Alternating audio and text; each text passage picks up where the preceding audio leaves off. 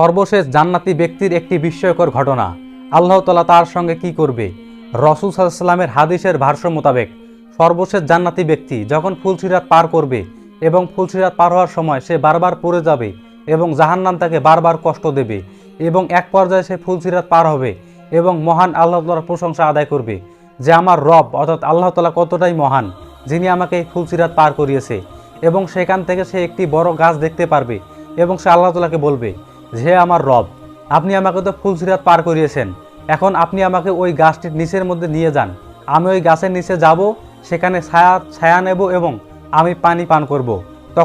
তখন আল্লাহ তাআলা বলবে যে আদম সন্তান, তুমি ওখানে গিয়ে আর কিছুই চাইবে না, এমনটা ওয়াদা করো। এরপর ওই সর্বশেষ জান্নাতি ব্যক্তি এমনটা ওয়াদা করবে এবং সেখানে যাবে।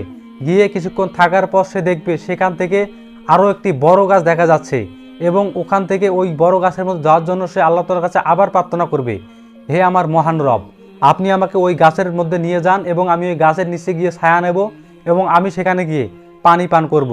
তখন আল্লাহ তাআলা বলবে, হে আদম সন্তান, তুমি না আমাকে ওয়াদা করেছো যে তুমি এরপর আর কিছুই চাইবে না। তখন ওই আদম সর্বশেষ জান্নাতি ব্যক্তি বলবে, হে আমার রব, আমি এরপর আর কিছুই চাইবো না, শুধুমাত্র আমাকে ওই গাছের ছায়ার নিচে নিয়ে যাও।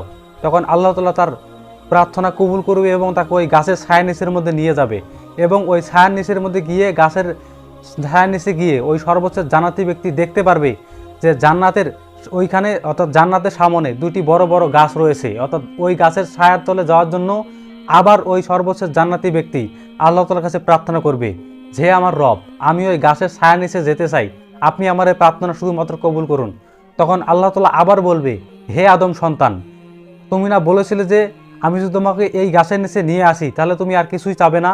তখন সে আদম সন্তান বলবে, ওই সর্বশেষ জান্নাতি ব্যক্তি বলবে যে আমার রব, আপনি আমার এই প্রার্থনা কবুল করবেন।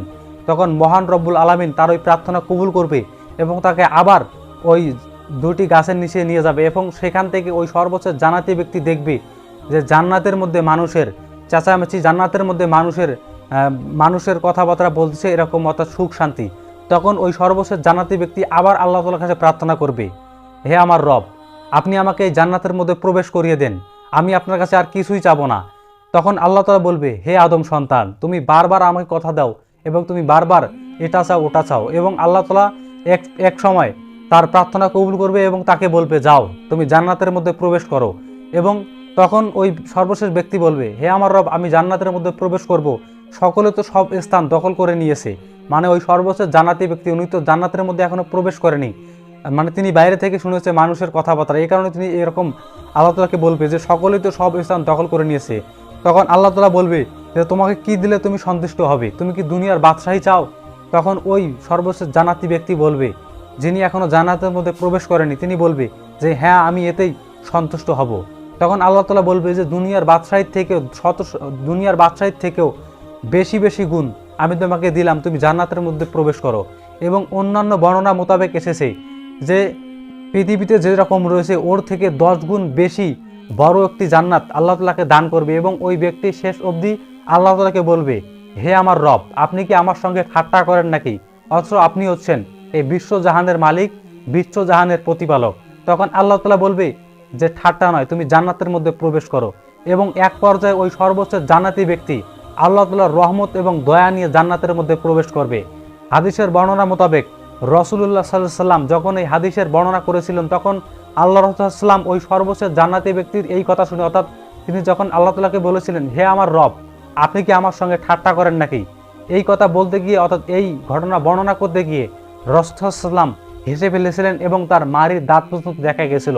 যিনি হাদিসের বর্ণনা করেছিলেন তিনি এই বর্ণনা করেছেন। মহান রব্বুল আলামিন যেন আমাদেরকে এই জান্নাতের মধ্যে প্রবেশ করার মতো তৌফিক দান করে এবং পৃথিবীতে আমরা যে কাজকর্মগুলো করলে বিশ্ব মানবতার উপকারে আসবে ওই কাজগুলো যেন আমাদেরকে আল্লাহ তাআলা করার মতো তৌফিক দান করে।